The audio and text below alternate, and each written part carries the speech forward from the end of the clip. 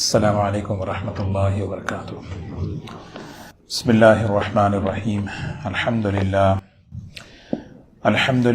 نحمده ونستعینه ونستغفره ونؤمن به ونتوکل علیہ ونعوذ باللہ من شرور انفسنا ومن سیئات اعمالنا، من يهده اللہ فلا مضل له ومن يضلله فلا هادی له، ونشهد ان لا الہ الا اللہ وحده لا شریک له، ونشهد أن سيدنا وحبيبنا ونبينا مولانا محمدا عبده ورسوله صلى الله تبارك وتعالى عليه وسلم، أما بعد.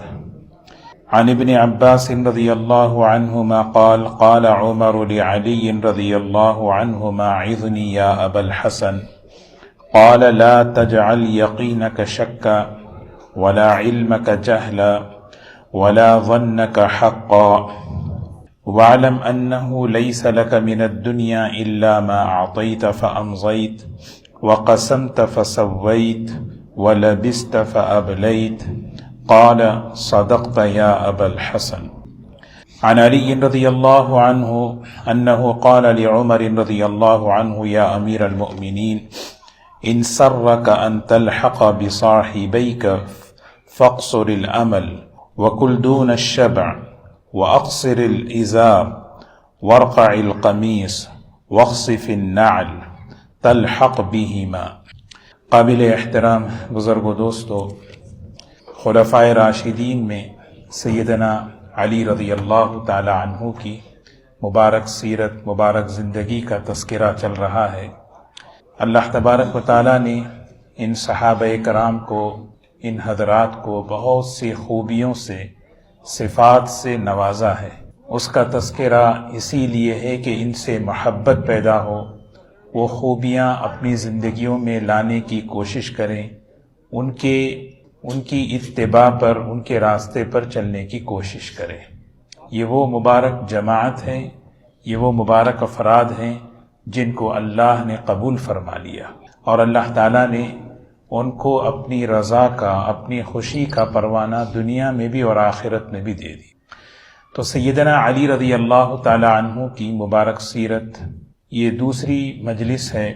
آپ کی سیرت کا ایک حصہ مکی زندگی ہے، مدنی زندگی ہے، اور نبی کریم صلی اللہ علیہ وسلم کی دنیا سے رخصت ہونے کے بعد سے لے کر مختلف صحابہ کرام کے، خلفائے راشدین کے جو دور ہیں، حضرت ابو بکر رضی اللہ تعالیٰ عنہ، حضرت عمر رضی اللہ عنہ، حضرت علی رضی اللہ، حضرت عثمان رضی اللہ تعالیٰ عنہ، اس دور میں آپ کی زندگی کیسی تھی، اور پھر آپ کا جو دور خلافت ہے 4.5 سال، وہ کیسا رہا، یہ آپ کی مبارک زندگی ہے۔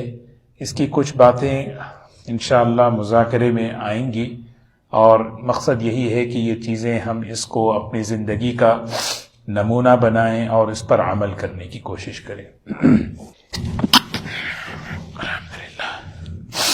سیدنا علی رضی اللہ تعالی عنہ، نبی کریم صلی اللہ علیہ وسلم نے ان کے بارے میں بڑے فضائل ارشاد فرمائے ہیں۔ گزشتہ کچھ مجلس میں عرض کیے تھے، ایک فضیلت ہے، نبی کریم صلی اللہ علیہ وسلم نے فرمایا کہ علی، تمہارا مقام، تمہارا درجہ میرے نزدیک ایسا ہے جیسے ہارون علیہ السلام کا موسیٰ علیہ السلام۔ ہاں، اللہ یہ کہ موسیٰ علیہ السلام کے بعد نبوت جاری تھی، اور مجھ پر نبوت کو مکمل فرما دیا گیا۔ یہ بات اس موقع پر فرمائی، تبوک کا موقع تھا۔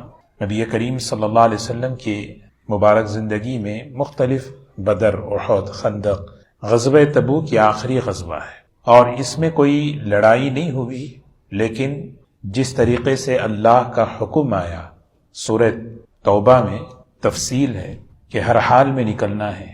زبردست امتحان تھا، گرمی کا سخت موسم، سفر لمبا، اور صحابہ اکرام ہر اعتبار سے انہیں قربانی کے معیار پر تھے، تو اللہ کا حکم آیا کہ آپ کو نکلنا ہے۔ اس موقع پر مدینہ منورہ میں منافقین کی ایک جماعت تھی، معذورین کی جماعت تھی، اور پھر کچھ مسلمان تھے جو سستی کی وجہ سے نہیں جا سکے، اور اس کے علاوہ بچے تھے اور عورتیں تھیں۔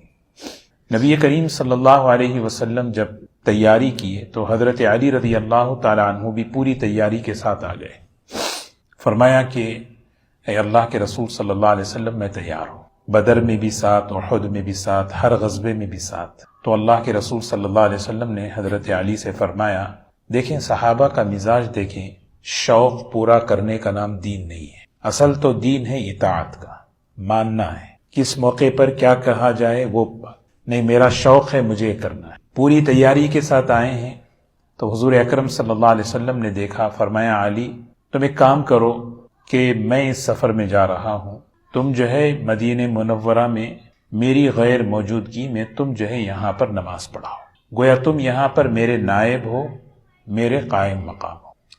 تو حضرت علی رضی اللہ تعالی عنہ رک گئے، لیکن انہوں نے دیکھا کچھ منافقین نے جو ہے اس بات کو اچھالا، جیسے حضور صلی اللہ علیہ وسلم بدر کے موقع پر حضرت عثمان رضی اللہ تعالی عنہ کو مدینے میں چھوڑ کر گئے تھے، اور اس کی وجہ یہ تھی کہ حضرت رقیہ بیمار تھی رضی اللہ تعالی عنہ. تو حضور اکرم صلی اللہ علیہ وسلم نے تبوک کے موقع پر حضرت علی کو روک دیا. جب منافقین نے اس طرح کا شوشہ پھیلایا کہ کہ علی نہیں گئے ہیں، علی نہیں گئے ہیں، تو حضور اکرم صلی اللہ علیہ وسلم نے اس موقع پر حضرت ام سلمہ رضی اللہ تعالی عنہ روایت کر دی. حضرت ام سلمہ رضی اللہ تعالی عنہ یہ ازواج مطہرات میں، امہات المومنین میں وہ صحابیہ ہیں جو سب سے آخر میں نبی صلی اللہ علیہ وسلم کی بیویوں میں جن کا انتقال ہوا حضرت ام سلمہ ہے. سیرت میں ایک قول کے مطابق 90 سال کی عمر تھی جب ان کا انتقال. ایک روایت ہے کہ 84 سال 84 ایئرس جس وقت ان کا انتقال ہوا، اس وقت کوئی ایک امہات المومنین دنیا میں نہیں تھے. سب سے آخر میں انتقال اسی لیے ہے نا وہ کہ جبرائیل علیہ السلام ایک مرتبہ نبی کریم صلی اللہ علیہ وسلم کے پاس ایک مٹی لے کر آئے، اور آپ نے وہ مٹی اٹھا کر حضرت ام سلمہ کو دے دیا، اس کو رکھو. وہ ام سلمہ اپنے پاس ہمیشہ اس مٹی کو رکھا کرتی تھی. جس وقت حضرت حسین رضی اللہ تعالی عنہ کی شہادت ہوئی، فرماتی ہیں کہ میرے گھر میں جو جنات عبادت کرتے تھے تلوح علی الحسین، وہ رونے لگے. ان جنات کو جنات کے ذریعے سے جو ہے اطلاع ملی کہ شہادت ہوئی ہے، اور میں نے اس کے بعد اس مٹی کو دیکھا تو وہ مٹی لال ہو چکی. اس میں بڑی حکمت ہے کہ نبی کریم صلی اللہ علیہ وسلم کسی اور کو بھی دے دے. یہ اللہ نے دلوایا کہ آپ ام سلمہ کو دیں، ایک اشارہ تھا.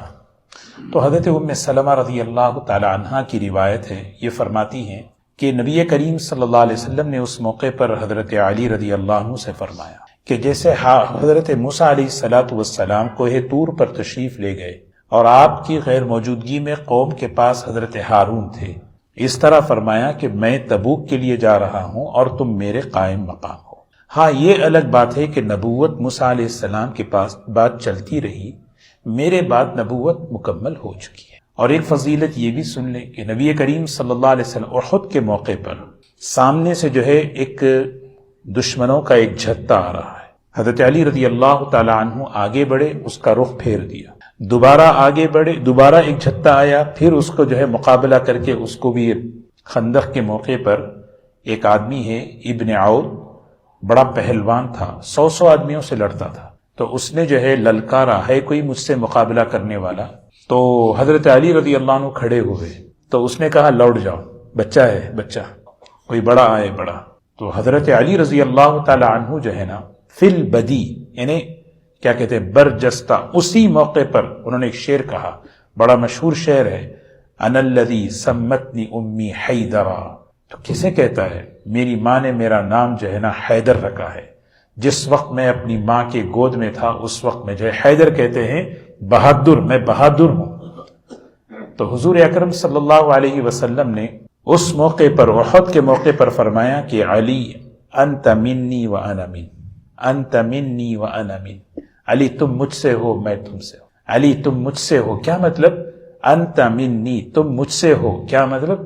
کہ اللہ تبارک و تعالی میرے خاندان کو، میری نسل کو تم سے چلائے گا. حضور اکرم صلی اللہ علیہ وسلم کا جو مبارک خاندان ہے وہ چلا ہے حضرت علی، حضرت فاطمہ رضی اللہ تعالی عنہ کے گھرانے سے چلا ہے. جب مدینہ منورہ تشریف لائے، حضور صلی اللہ علیہ وسلم نے مواخات کی، بھائی بھائی بنایا، مکے والے کو مدینے والے کا مکی. تو حضرت علی رضی اللہ عنہ اکیلے کھڑے ہیں، کوئی نہیں ہے. تو حضور اکرم صلی اللہ علیہ وسلم نے اس وقت فرمایا علی انت اخی فی الدنیا والآخرہ، علی تم دنیا میں بھی میرے بھائی ہو اور آخرت میں بھی میرے بھائی۔ حضرت علی رضی اللہ تعالی عنہ حضور اکرم صلی اللہ علیہ وسلم کے گھر کے آدمی تھے، گھر کے آدمی ہے نا، ہاں ایک اعتبار سے تو آپ کے بچپن تو آپ کے پاس ہی گزرا، اور داماد بنے تو داماد تو گھر کا آدمی ہوتا ہے، تو گھر حضرت علی رضی اللہ تعالی عنہ گھر کے آدمی تھے۔ تو حضرت علی رضی اللہ تعالی عنہ کی جو مبارک زندگی ہے، ایک زندگی کا وہ حصہ ہے جو حصہ نبی کریم صلی اللہ علیہ وسلم کی مبارک زندگی کے ساتھ ہے، اور دوسرا جو اصل حصہ جو ہمارا موضوع ہے وہ ہے اللہ کے رسول صلی اللہ علیہ وسلم کے دنیا سے رخصت ہونے کے بعد۔ اس میں جیسے گزشتہ مجلس میں اس سے بہت پہلے حضرت ابو بکر رضی اللہ تعالی عنہ کا جب تذکرہ آیا تو اس موقع پر یہ بات تفصیل سے عرض کی گئی کہ حضرت ابو بکر رضی اللہ تعالی عنہ خلیفہ کیسے بنے۔ جب آپ خلیفہ بنے، پورے صحابہ خوشی اور رضامندی کے ساتھ آپ پر بیعت کی پوری، اور حضرت ابو بکر رضی اللہ تعالی عنہ کی بیعت 2 مرتبہ ہوئی۔ ایک مرتبہ سقیفہ بنو ساعدہ، آپ حضرات دیکھے ہوں گے مسجد نبوی میں، مسجد نبوی کے صحن میں وہاں پہ پانی کا جو ہے نا وہاں پہ ایک لگا ہوا ہے، وہاں پہ لکھا ہوا ہے سقیفہ بنو ساعدہ۔ تو اب اس کی تفصیل میں عرض نہیں کروں گا کیونکہ وہاں جائیں گے تو پھر یہ موضوع اصل رہ جائے گا۔ تو وہاں پر جو ہے ہنگامی حالت میں بیعت ہوئی۔ میں نے اس کیا حضرت علی رضی اللہ عنہ گھر کے آدمی تھے، وہاں حضرت علی موجود نہیں تھے۔ حضرت علی رضی اللہ تعالیٰ عنہ کہاں تھے؟ نبی کریم صلی اللہ علیہ وسلم دنیا سے رخصت ہوئے، بہت بڑا صدمہ مدینے پر صحابہ پر آیا ہے۔ حضرت علی رضی اللہ تعالیٰ عنہ آپ دیکھیں مسجد نبوی باب السلام سے الٹے طرف جب آپ تھوڑا سا ہٹیں گے باب ابی بکر ہے، وہاں جو ہے نا نیچے جو ہے نا ایک قالین ہے، آپ کارپیٹ دیکھیں اس ایریے کا پورا کارپیٹ، ایک کارپیٹ ایسا ہے جو بالکل یعنی اسکوائر ہے اور دوسرا بالکل کلر کا ہے۔ وہاں علماء نے اس کی حکمت لکھی ہے کہ وہ ایک نشان ہے، وہ نشان یہ ہے کہ نبی کریم صلی اللہ علیہ وسلم جب دنیا سے رخصت ہوئے وہ حضور حضرت عائشہ رضی اللہ تعالیٰ عنہ کے حجرے میں تھے، اور آپ کا حجرہ حضرت عائشہ کا حجرہ کیسا تھا؟ بخاری شریف کی روایت ہے کہ وہ حجرہ حضرت حسن بصری رحمۃ اللہ علیہ کہتے ہیں نبی کریم صلی اللہ علیہ وسلم کی بیویوں کے گھر میں جاتا، کیونکہ ام سلمہ کے وہ جو ہے بالکل رضائی بیٹے ہوا کرتے تھے، تو کہتے ہیں کہ میں یعنی جھک کر داخل ہونا پڑتا تھا، 2 آدمیوں کے بقدر جگہ ہوتی تھی۔ اور حضرت عائشہ رضی اللہ تعالیٰ عنہ خود فرمایا کرتی ہیں آپ تہجد پڑھتے تو میں اپنے پیروں کو سمیٹ لیتی تھی، آپ قیام میں ہوتے تو میں پیر لمبے کر دیتی تھی۔ اتنا وہاں پہ اللہ کے رسول صلی اللہ علیہ وسلم دنیا سے پردہ فرمائے۔ صحابہ کی ایک بڑی جماعت ہے، صحابیات کی بڑی جماعت ہے، وہ اللہ کے رسول صلی اللہ علیہ وسلم کی زیارت کرنا چاہتے ہیں۔ تو حضرت علی رضی اللہ تعالیٰ عنہ نے کیا کیا؟ حضور اکرم صلی اللہ علیہ وسلم کے جسد اطہر کو، آپ کے جسم مبارک کو آپ نے جو ہے یمنی چادر جو تھی اس کو بچھا کر صحابہ کی مدد سے آپ کو اس پر لٹایا، اور اس چادر کو لے کر جو ہے اس حصے پر لائے جو حصہ وہ کارپیٹ کا میں بتا رہا ہوں۔ وہ اسی لیے علماء نے کتابوں میں لکھا ہے وہ جو جگہ اس کارپیٹ کے نیچے 12 جو ہے نا پتھر ہیں یعنی ماربل کی طرح جو بالکل الگ ڈیفرنٹ ہیں، وہ جگہ میں نے مطلب کیونکہ بہت ہی اہم جگہ ہے، مدینے والے کہنے لگے حضرت علی رضی اللہ تعالیٰ عنہ سے، میں نے وہاں حضرت علی بیعت کیوں نہیں کیے؟ وجہ اس کی ہے کہ آپ یہاں بزی تھے، گھر کے آدمی ہیں، میں بتا رہا گھر کے آدمی ہیں اور یہاں پر جو ہے بزی تھے حضرت علی رضی اللہ تعالیٰ عنہ۔ تو اس موقع پر مدینے والوں نے کہا تو اللہ کے رسول صلی اللہ علیہ وسلم سے ہمیں بڑی محبت ہے اور آپ نے ہمیں اپنا تعلق کا اظہار فرمایا، لولا الہجرۃ لکنت من الانصار، اگر ہجرت نہ ہوتی تو میں بھی مدینے والوں میں سے ہوتا، انصار میں سے ہوتا۔ ہم چاہتے ہیں کہ ہم سب آپ کی زیارت کریں، اور حجرے میں حجرات ایک ہے حجرہ جہاں اللہ کے رسول صلی اللہ علیہ وسلم آرام فرما رہے ہیں، ایک ہے روضہ رسول صلی اللہ علیہ وسلم، یعنی دونوں میں فرق ہے۔ روضہ رسول صلی اللہ علیہ وسلم جو ہے یہ یوں سمجھیے کہ سارے ازواج مطہرات کے حجرات، جس کو کہتے ہیں بیوت النبی، نبی صلی اللہ علیہ وسلم کے گھرانے، اور حضرت علی حضرت فاطمہ رضی اللہ تعالی عنہ کا گھر جو بالکل حضور صلی اللہ علیہ وسلم کے سرہانے اس طرف آتا ہے، وہاں پہ باب علی لکھا ہوا ہے، تو وہ پورا حصہ جو ہے نا وہ کیا ہے، روضہ رسول صلی اللہ علیہ وسلم ہے. اس کو کہتے ہیں روضہ رسول صلی اللہ علیہ وسلم کہیں یا روضہ اطہر صلی اللہ علیہ وسلم کہیں وہ، لیکن اللہ کے رسول صلی اللہ علیہ وسلم جہاں آرام فرما رہے نا وہ وہی ہے جو حضرت عائشہ رضی اللہ تعالیٰ عنہ کا حجرہ ہے. تو وہاں حضرت علی رضی اللہ تعالیٰ عنہ لے کر آئے، اور ظاہر سی بات ہے آپ دنیا سے پردہ فرمانے کے تقریباً 2.5 دن کے بعد جنازے کی نماز ہوتے ہوتے آپ کی تدفین عمل میں آئی ہے. تو پھر وہاں سے لے جا کر آپ کی تدفین ہوئی ہے. کہتے ہیں نا کہ حضرت انس رضی اللہ تعالیٰ عنہ فرماتے ہیں جب ہم اللہ کے رسول صلی اللہ علیہ وسلم کو قبر مبارک میں رکھ کر آپ پر مٹی ڈالنے لگے، حتی انکر قلوبنا، ہمارے دلوں میں ایک عجیب سی تبدیلی محسوس ہوئی، دل بدلنے لگے، دلوں کی کیفیت بدلنے لگی. ایک صحابی ہیں، عجیب انہوں نے دعا کی ہے، یا اللہ یہ آنکھیں تیری نعمت تھیں اور ان آنکھوں کا مقصد تھا کہ میں نبی کی زیارت کروں، نبی چلے گئے دنیا سے، اب ان آنکھوں کو کیا کروں، یا اللہ ان آنکھوں کو اٹھا لے. اللہ نے دعا قبول فرمائی، آنکھیں لے لی. حضرت عائشہ رضی اللہ عنہ فرماتی ہیں ایک عورت سفر کر کے آئی اور سفر کر کے آتے ہوئے پوچھنے لگی کہ اللہ کے رسول صلی اللہ علیہ وسلم کی قبر مبارک کہاں ہے. میں نے پردہ ہٹا کر کہا یہ ہے. وہ اندر گئی، میں پریشان ہوئی کہ وہ باہر نکل ہی نہیں رہی. تھوڑی دیر بعد جا کر دیکھا تو جان نکل چکی تھی. ہم تصور نہیں کر سکتے صحابہ اور صحابیات کی جو محبت ہے وہ جو ہے ہم اندازہ بھی نہیں لگا سکتے ان کے دلوں میں ان کے. تو حضرت علی رضی اللہ تعالیٰ عنہ یہاں پر، اسی لیے میں کہہ رہا تھا حضرت ابو بکر رضی اللہ تعالیٰ عنہ کی جو بیعت ہے وہ 2 مرتبہ ہوئی. ایک مرتبہ بنی ثقیفہ بنو ساعدہ کے پاس، اور دوسری مرتبہ مسجد میں ہوئی. جب مسجد میں ہوئی وہاں پر حضرت زبیر، حضرت علی، حضرت دوسرے صحابہ سب، بلکہ سارے صحابہ نے سب کے سامنے بیعت کی حضرت ابو بکر رضی اللہ تعالیٰ عنہ. ایک حیات الصحابہ میں ہی دوسرے جلد میں ایک عنوان ہے الغضب للاکابر. مولانا یوسف صاحب رحمۃ اللہ نے ایک عنوان قائم کیا، الغضب للاکابر، غصہ ناراض ہو جانا بڑوں کا ناراض. اس پر ایک واقعہ لکھا ہے، ایک آدمی جو ہے حضرت علی رضی اللہ تعالیٰ عنہ کے پاس آیا، آ کے کہنے لگا حضرت یہ مجھے سمجھ میں نہیں آ رہا کہ یہ انصار اور مہاجرین کو ہوا کیا کہ انہوں نے آپ کے رہتے ہوئے ابو بکر کو آگے کر دیا. ہوتے نا مفتی صاحب آپ کے رہتے ہوئے ہوتا نہیں بعض مرتبہ آپ ہیں، آپ کے رہتے ہوئے. یہ جو جملہ ہے نا یہ امت کو توڑنے والا، فرقے اسی سے جملے سے بنتے، گروپ اسی سے بنتے.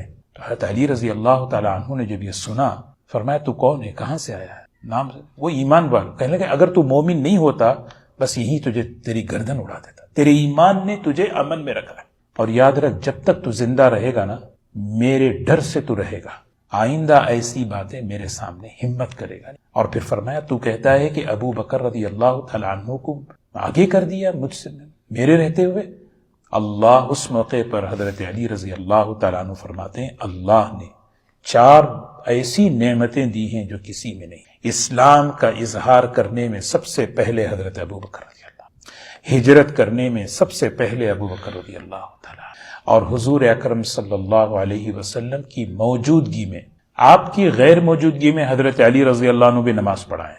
آپ کی غیر موجودگی میں وہ جو عبسا وتولی ان جاءہ الاعمی، اعمی جو صحابی تھے کون ہیں، عبداللہ ابن ام مکتوم رضی اللہ تعالیٰ عنہ، انہوں نے بھی نماز پڑھائی ہے آپ کی غیر موجودگی میں. عبد الرحمن ابن عوف رضی اللہ عنہ نے نماز پڑھانا شروع کر دی، آپ نہیں تھے، آپ تشریف لائے، آپ نے اشارہ کیا کنٹینیو کرو، لیکن آپ کی موجودگی میں کوئی صحابی نماز نہیں پڑھایا سوائے حضرت ابو بکر رضی اللہ تعالیٰ عنہ کے. 17 نمازیں حضرت ابو بکر رضی اللہ عنہ نے پڑھائی ہیں. اللہ نے یہ مقام دیا ہے. پھر چوتھی بات بتائی، قرآن میں اللہ نے آپ کی تعریف فرمائی. وہ آیت سنائی سورہ توبہ کی، الا تنصروه فقد نصره الله اذ اخرجه الذين كفروا ثاني اثنين اذ هما في الغار اذ يقول لصاحبه لا تحزن ان الله معنا.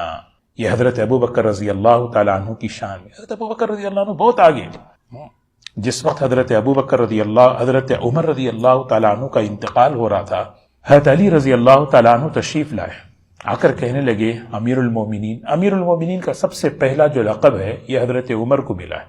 خلیفۃ المسلمین کہتے تھے حضرت ابو بکر رضی اللہ عنہ کو. حضرت ابو بکر کو امیر المومنین نہیں کہتے تھے. فرمایا امیر المومنین آپ دونوں نے جو ہے ایسی زندگی گزاری ہے، بعد میں آنے والوں کے لیے آپ لوگوں نے بہت مشقت میں ڈال دی. آپ دونوں نے ایسی زندگی، کون آپ دونوں مطلب حضرت ابو بکر حضرت عمر رضی اللہ، ایسی زندگی آپ دونوں نے گزاری، بعد میں آنے والے ان لوگوں کے لیے آپ نے جو ہے بڑا تھکا دینے والا، مشقت کر دینے والا جو ہے نا راستہ کرا. اور آپ دوسری بات فرمائی کتنا بھی کوشش کر لیں آپ دونوں تک کوئی نہیں پہنچ سکتا. زندگی آپ نے ایسی گزاری. تو حضرت عمر رضی اللہ تعالیٰ عنہ کے بارے میں کہہ رہے تھے.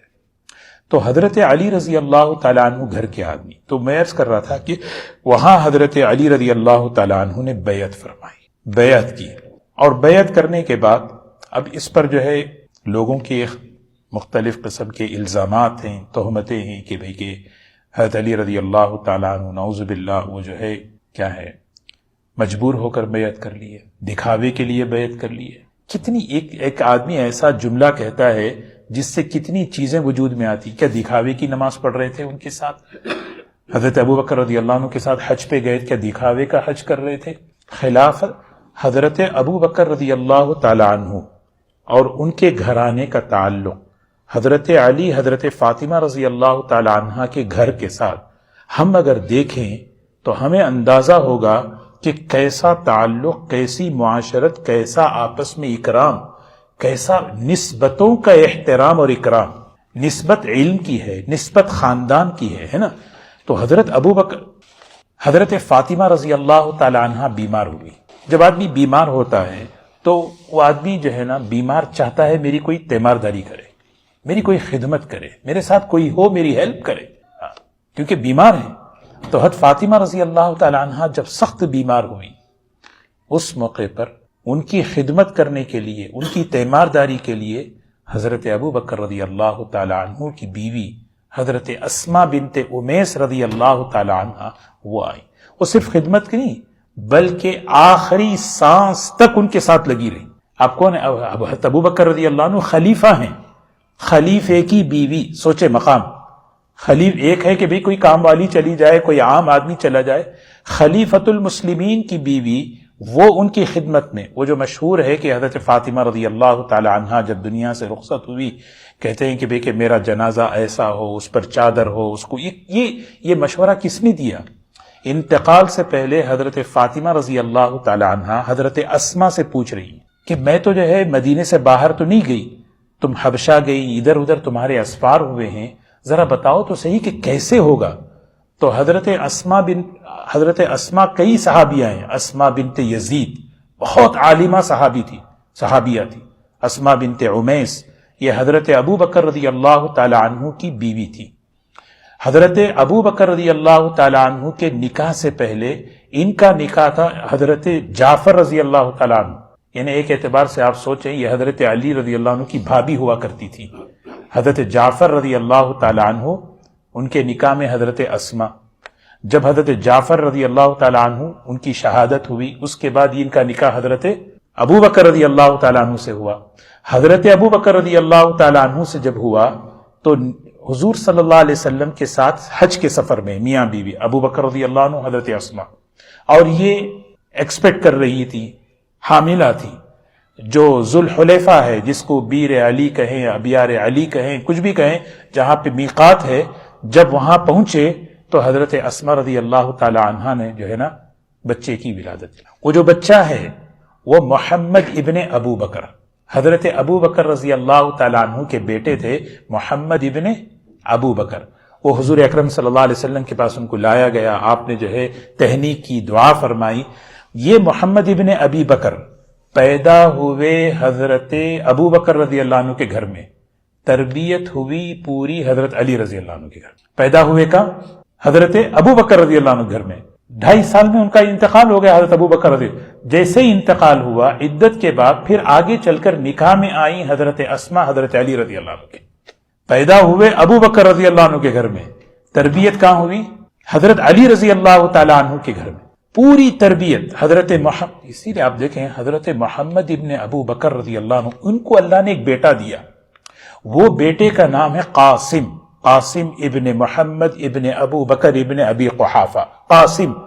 قاسم مدینہ منورہ کے 7 بڑے فقہا تھے، جن کو کہتے ہیں نا فقہائے 7، جو انہیں امام مالک رحمۃ اللہ علیہ سے پہلے کی بات ہے۔ کہتے ہیں نا حضور صلی اللہ علیہ وسلم کے بعد اس مدینے شہر کے علم کو جو سنبھالا، یہ 7 لوگوں کی جماعت تھی۔ اس میں جو ہے عروہ ابن زبیر بھی ہیں، اس میں ربیعۃ الرائے بھی ہیں، اس میں جو ہے یہ سب، لیکن اس میں ٹاپ لیول پر کون تھے؟ حضرت قاسم۔ یہ حضرت قاسم وہی ہیں جو حضرت ابو بکر رضی اللہ تعالیٰ عنہ کے پوتے ہوا کرتے تھے۔ تو یہ ان کی تربیت یہ حضرت علی رضی اللہ تعالیٰ عنہ کے نکاح میں آئی۔ کون؟ حضرت اسما بنت عمیس رضی اللہ تعالیٰ عنہ۔ تو حضرت علی رضی اللہ تعالیٰ عنہ نے حضرت محمد ابن ابی بکر، ان کی پوری آپ تعلق دیکھیں، حضرت ابو بکر رضی اللہ تعالیٰ عنہ حضرت علی رضی اللہ تعالیٰ عنہ کو جو ہے نا یہ کیا کہتے ہیں، مالیات کا ذمہ دار بنایا۔ جو اموال آتے تھے اس کو تقسیم کرنا، خمس تقسیم کرنا، یہ جو غنیمت تقسیم، کس پر اعتماد ہو، جس پر اعتماد ہوتا اسی کو ذمہ دار بناتے۔ اور حضرت علی رضی اللہ تعالیٰ عنہ سے مشورہ لیا کرتے تھے، مشیر تھے کہ آپ سے مشورہ لیتے۔ کہ کتنے مشورے ایسے ہیں جو حضرت ابو بکر رضی اللہ تعالیٰ عنہ نے حضرت علی رضی اللہ تعالیٰ عنہ سے لیا، اور حضرت فاطمہ رضی اللہ تعالیٰ عنہ، حضرت عائشہ رضی اللہ تعالیٰ عنہ، ان کے درمیان کا ایک واقعہ 12 سنتے ہیں۔ ہمیں وہ معاشرت دیکھنی چاہیے۔ یہ میں صرف مثبت بات کر رہا ہوں اس لیے کہ ان سب کے پیچھے جو ہے نا پروپیگنڈے ہیں۔ جیسے مشہور قصہ ہے کہ حضور اکرم صلی اللہ علیہ وسلم جب آپ دنیا سے جانے کے قریب کا زمانہ تھا، آپ نے حضرت فاطمہ رضی اللہ تعالیٰ عنہ کو کان میں کچھ کہا تو رونے لگی، پھر تھوڑی دیر بعد کہا تو کیا ہے، مسکرانے لگی۔ تو حضرت اب کون پوچھ رہے ہیں؟ عائشہ۔ یہ سیکرٹ ہے نا، ایک ابا جو ہے نا اپنے بیٹی کو ایک راز بتائے ہیں، اور راز کیا ہے کہ بھئی میں دنیا سے جانے والا ہوں۔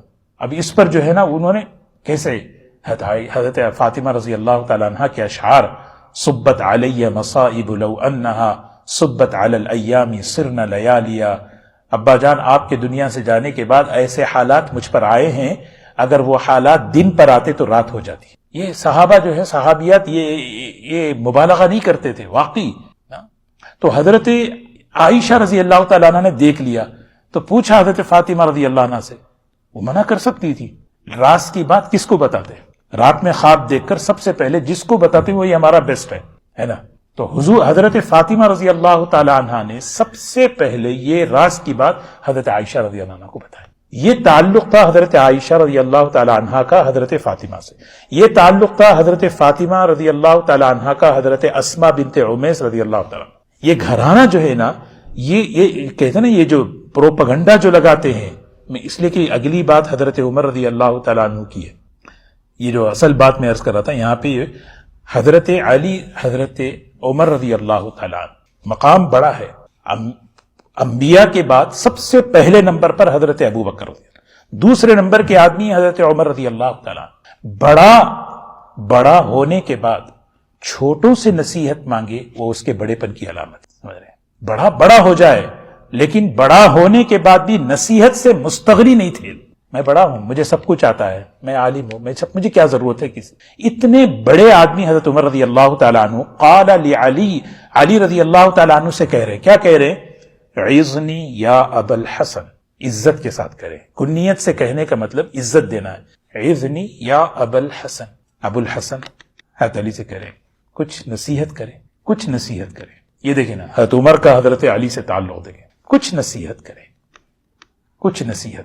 نصیحت بولنا بہت آسان، سننا وہ مشہور قصہ ہے نا، حضرت سید سلیمان ندوی رحمۃ اللہ علیہ، حضرت تھانوی رحمۃ اللہ، اشرف علی تھانوی رحمۃ اللہ علیہ کے پاس پہنچ کر جو ہے خود کہتے ہیں کہ میرے ابا نے مجھے 3 نصیحتیں کی تھی، جب تم کسی بڑے آدمی کے پاس، بزرگ کے پاس جاؤ تو 3 کام کرنا۔ سب سے پہلے ان سے جو ان کی خدمت میں ہدیہ لے کر جانا، دوسرا ان سے دعا کی درخواست کرنا، تیسرا ان سے نصیحت کی درخواست کرنا۔ یہ میرے ابا نے مجھے سکھایا تھا۔ تو میں یہ 3 چیزیں، میں ہدیہ لیا اور دعا کی درخواست کرنے کی نیت سے اور نصیحت لینے کے لیے پہنچ گئی۔ بہت بڑے مورخ، بہت بڑے عالم، جا کے مصافحہ کر کے حضرت کو ہدیہ دیا۔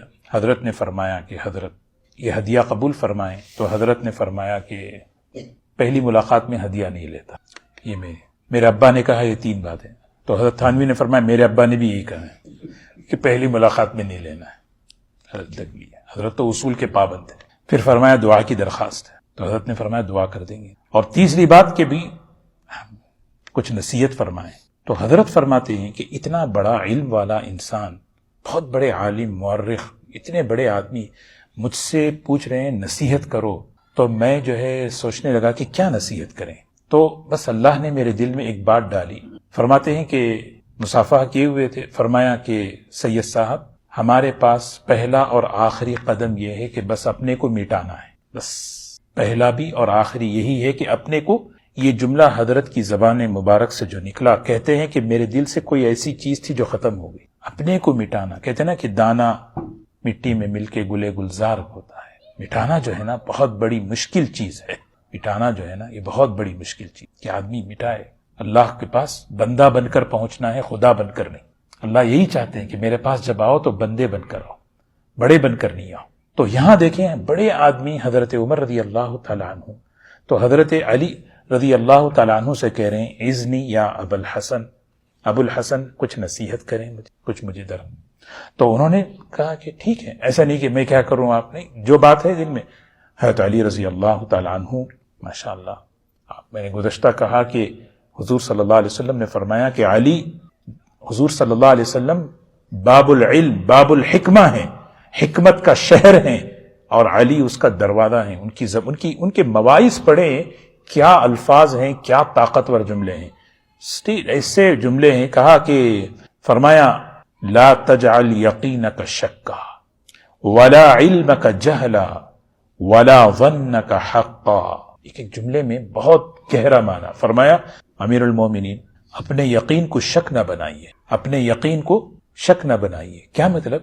جو چیزیں یقین کی ہیں اسے شک میں مت لائیے۔ اللہ یقین ہے، آخرت یقین ہے، اعمال یقین ہے، جو یقین کی چیزیں ہیں اس پر شک نہ کیجیے۔ یقینی ایمانیات کی، یقین کی چیزیں ہیں، اس میں شک ہو جائے پھر خطر۔ اور پھر فرمایا ولا علمک جہلا، فرمایا ولا علمک جہلا، اللہ نے علم دیا ہے، علم دینے کے بعد جہالت مت کریں۔ جہالت کے بھی کہ زبان سے جہالت کی باتیں، برتاؤ سے جہالت کی باتیں، اللہ نے علم دیا ہے۔ ولا علمک جہلا ولا ظنک حقا۔ امیر المومنین امیر ہے، امیر جو ہوتا ہے نا وہ فیصلے کرتا ہے، امیر کو ہی نصیحت کر رہے ہیں ولا ظنک حقا۔ آپ کا جو گمان ہے اس گمان کو وحی کا درجہ مت دیں، آپ کے خیال کو حق مت سمجھیں۔ امام مالک رحمۃ اللہ علیہ اشارہ کر کے فرماتے تھے قبر کی طرف، نبی کریم صلی اللہ علیہ وسلم کے روضے کی طرف، ان کے علاوہ ہر ایک کی زبان سے غلطی ہو سکتی۔ بعض مرتبہ آدمی سوچتا ہے، اپنی رائے کو وحی سمجھنا، میں جو سوچا بس یہی ہے سب کچھ، بس اپنی رائے کو، اپنی سوچ کو اتنا کہ بس میں جو بول رہا ہوں وہی صحیح ہے، ہوتا نا، یہی چیز بگاڑ پیدا کرتی ہے گھر میں، آپس میں۔ ولا ظنک حقا۔ اور پھر فرمایا امیر المومنین ایک بات اچھی طرح یاد رکھ لے، دنیا میں جو انہ لیس لک من الدنیا، آپ کی دنیا کیا ہے پتہ ہے؟ وہ ہمیں اصل سمجھنا ہے۔ ہمارے جو کچھ ہمارے پاس ہے، بینک بیلنس چیزیں، اس میں ہمارا کیا ہے؟ فرمایا ہمارا وہی ہے جو ہم نے کھا کے ختم کر دیا، پہن کے پرانا کر دیا اور آگے بھیج دیا، یہی ہمارا ہے۔ جو چھوڑ کے جا رہے ہیں وہ کسی اور، جو چھوڑ کے جا رہے ہیں وہ کسی اور کا ہے۔ کتنی بہترین بات ہے، یعنی وما تقدموا لانفسکم من خیر۔ تو ایک بات میں یہاں پہ یاد آئی، میں عرض کروں کہ حضرت ابو بکر رضی اللہ تعالی عنہ جب حضور صلی اللہ علیہ وسلم دنیا سے رخصت ہوئے تو حضور اکرم صلی اللہ علیہ وسلم کی ملکیت میں ایک باغ تھا، اس باغ کا نام باغ فدق۔ مختصر اس کا بھی واقعہ سن لیں۔ اس باغ میں 13 کھجور کے درخت ہیں۔ کتنے؟ 13۔ نبی کریم صلی اللہ علیہ وسلم دنیا سے رخصت ہوئے، اس کے بعد ازواج مطہرات نے بھی مطالبہ کیا، اس میں حضرت فاطمہ رضی اللہ تعالیٰ عنہ انہوں نے مطالبہ کیا کہ ابا کی ملکیت ہے، مجھے چاہیے۔ لیکن اللہ کا عجیب نظام ہے، اس موقع پر حضرت ابو بکر رضی اللہ تعالیٰ عنہ نے بہت سنبھالا، امت کو بھی، ازواج مطہرات کو بھی۔ حضرت فاطمہ رضی اللہ عنہ سے فرمایا بیٹی ایک حدیث میں سناؤ، پھر جو تم کہو۔ وہ حدیث سنائی کہ نحن معشر الانبیاء، نبی کریم صلی اللہ علیہ وسلم فرماتے ہیں ہم جو انبیاء کی جماعت ہیں پورے آدم علیہ السلام سے لے کر حضور صلی اللہ علیہ وسلم، ان کی مالی وراثت نہیں چلتی، علمی وراثت ہے، یہ اللہ کا نظام ہے۔ مالی وراثت جو کچھ نبی کے حق میں فائدے کی چیز ہے اللہ نے بند کر دیا۔ صدقہ آپ پہ نہیں، زکوٰۃ آپ پہ نہیں، زکوٰۃ حرام ہے آپ پر، کیونکہ کہیں کوئی آدمی آپ پر جو ہے انگلی نہ اٹھائے بھئی زکوٰۃ کے ذریعے سے یہ وصول کر رہے ہیں۔ یہاں پر بڑی عجیب علماء نے حکمت لکھی ہے، کئی چیزیں ہیں۔ کیا وجہ ہے کہ وراثت نبی کی، مالی وراثت، دنیاوی وراثت بالکل بند؟ عام طور پر میت کے وارثین میں کوئی کمینہ ایسا ہوتا ہے جو اپنے باپ کے مرنے کی تمنا کرتا ہے، بھئی مرا تو بس مجھے جائیداد ملے۔ یہ آدمی کی کمینگی کی علامت ہے کہ بھئی مرے تو بس مجھے جو ہے نا پراپرٹی ملے، مجھے کچھ حصہ ملے۔ باپ کے مرنے کی تمنا کرنے پر ایمان رخصت نہیں ہوتا، لیکن نبی کے مرنے کی تمنا یہ کفر ہے۔ اس امت کے ایمان کی حفاظت کے لیے اللہ نے نبی کی وراثت کو بھی منع کر۔ اگر کوئی نبی کی اولاد میں وہ بیٹھ کے تمنا کرے کہ جو ہے نا یہ نبی کا انتقال ہو تو ان کی وراثت مجھے ملے، دروازہ ہی بند کر دیا۔ ما ترکنا فہو صدقہ، جو نبی چھوڑ کے جاتے ہیں سب صدقہ ہے بھائی۔ بس یہ حدیث سنائی تو حضرت فاطمہ رضی اللہ تعالیٰ عنہ سمجھ گئی بس کی بات۔ حالانکہ انتقال کے موقع پر بھی حضرت ابو بکر رضی اللہ عنہ صاف صاف کہنے لگے جو ہونا ہے میری طرف سے لے لو، لیکن میرے سے ناراض مت ہونا، میرے سے ناراض مت ہونا، اور جا کے یہ شکایت مت کرنا۔ یہ بڑی چیز ہے، اللہ کے رسول صلی اللہ علیہ وسلم کی یہ حدیث ہے، کچھ بھی ہو جاؤ میں یہ حدیث پر عمل کروں گا۔ وہ تو فاطمہ تھی رضی اللہ تعالیٰ۔ تو بہرکیف حضرت علی رضی اللہ تعالیٰ عنہ، حضرت فاطمہ رضی اللہ تعالیٰ عنہ، حضرت ابو بکر ان کے گھرانہ، اور حضرت علی رضی اللہ عنہ کا حضرت عمر رضی اللہ تعالیٰ عنہ کے ساتھ۔ یہاں دیکھیں، میں اصل میں بات یہاں عرض کیا تھا کہ حضرت عمر، حضرت علی رضی اللہ عنہ کیا آپس میں تعلق ہے؟ بڑے ہو کر کہہ رہے ہیں مجھے نصیحت کریں، اور پوری نصیحت کرنے کے بعد آخر میں کیا کہا؟ صدقت یا ابو الحسن، ابو الحسن آپ نے سچ کہا، آپ کی نصیحت بالکل صحیح ہے، اس پر میں عمل کروں گا۔ تو بہرکیف اللہ تبارک و تعالی ہمیں ہمارے دلوں میں صحابہ کی محبت اور عظمت پیدا فرمائے۔ ہاں، صحابہ کی عظمت، بہت سے واقعات ہیں، جیسے میں نے عرض کیا حضرت علی رضی اللہ تعالیٰ عنہ حضرت ابو بکر رضی اللہ عنہ کے خاص مشیر تھے۔ یہ جو ہے نا ایک بہت بڑی بہترین حدیث ہے مصنف ابن ابی شیبہ میں، اس میں ہے کہ حضرت علی رضی اللہ عنہ کے ایک شاگرد ہیں عبد خیر، بڑے زبردست شاگرد، اس میں وہ فرماتے ہیں، حضرت علی رضی اللہ عنہ فرماتے ہیں رحم اللہ ابا بکر الذی جمع القرآن بین اللوحین، اللہ کی رحمت ہو ابو بکر پر رضی اللہ تعالی عنہ، جنہوں نے قرآن پاک کو جمع کر دیا دو اوراق کے درمیان، دو لوح یعنی دو سخت یعنی کیا کہتے ہیں لوحین، ان دونوں کے درمیان۔ وہ اصل میں یمامہ میں 1200 صحابہ شہید ہوئے، اس میں 700 جو ہے قراء اور حفاظ تھے، اس میں مشورہ دینے والے تھے حضرت علی رضی اللہ تعالی، امیر المومنین حضرت عمر رضی اللہ عنہ کو لے کے پہنچ گئے، دیکھیے حفاظ دنیا سے جا رہے ہیں، اس کی فکر کرنا ہے۔ یہاں پہ مسئلہ ارتداد کا مسئلہ آیا، اس موقع پر حضرت ابو بکر رضی اللہ عنہ کھڑے ہو گئے، امیر المومنین خلیفۃ المسلمین آپ مت جائیں، آپ جائیں گے تو پھر جو ہے مدینے کا کیا ہوگا، آپ رہے ہم جائیں گے۔ روم کا مقابلے کے وقت آپ نے ایک بڑا عجیب جملہ فرمایا، آپ جا کر آپ اپنی موت کا غم ہمیں دینا چاہتے، ہم جائیں گے لیکن آپ مرکز میں رہیں، مدینے میں رہیں، امت کو سنبھالیں۔ تو حضرت ابو بکر رضی اللہ تعالیٰ عنہ حضرت علی رضی اللہ تعالیٰ عنہ کے مشورے لیا کرتے تھے، اور ان کے ساتھ بہت خاص برتاؤ اور تعلق ہوا کرتا تھا۔ ایک جنگ ہوئی، جنگ کا اصول ہے کہ جب عورتیں تلوار لے کر آتی ہیں نا، تلوار لے کر آئیں مقابلے کے لیے، اور اس میں پکڑی جائیں تو وہ کیا ہے، وہ باندیاں بنتی ہیں، ایسے نہیں جا کے جو ہے نا اٹھا کے باندیاں رکھ لیں، مقابلے کے لیے آئیں تلوار لے کے آئیں تو پھر باندیاں۔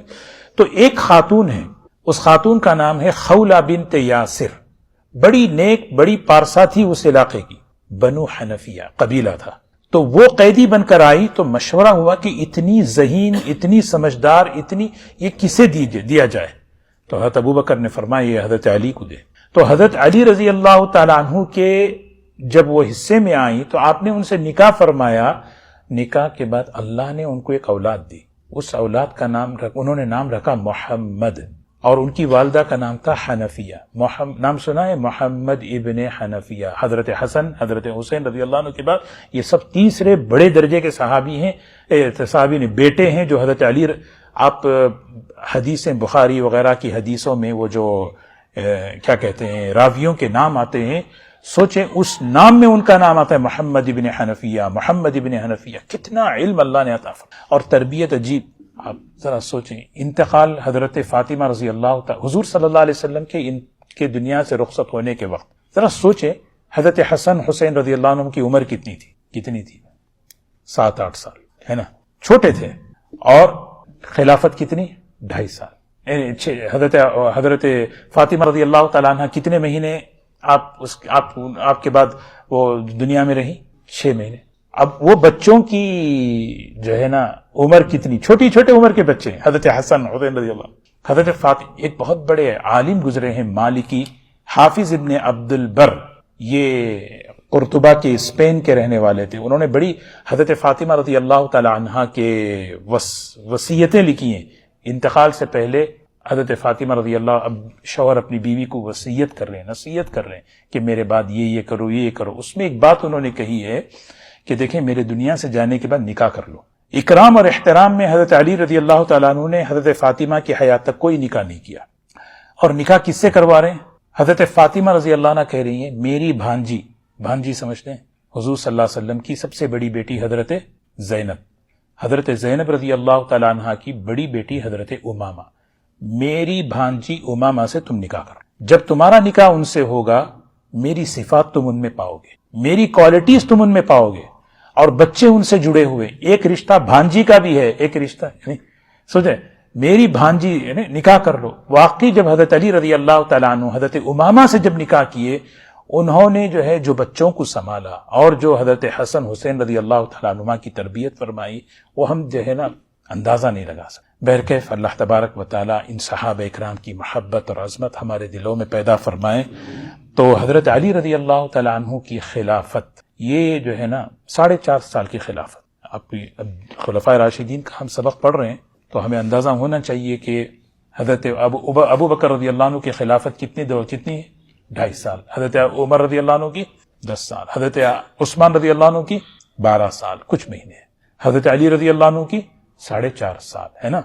تو انشاءاللہ اگلے ہفتے عرض کریں گے انشاءاللہ. اللہ تعالی ہم سب کو عمل کی توفیق دے. سبحان اللہ و بحمدہ.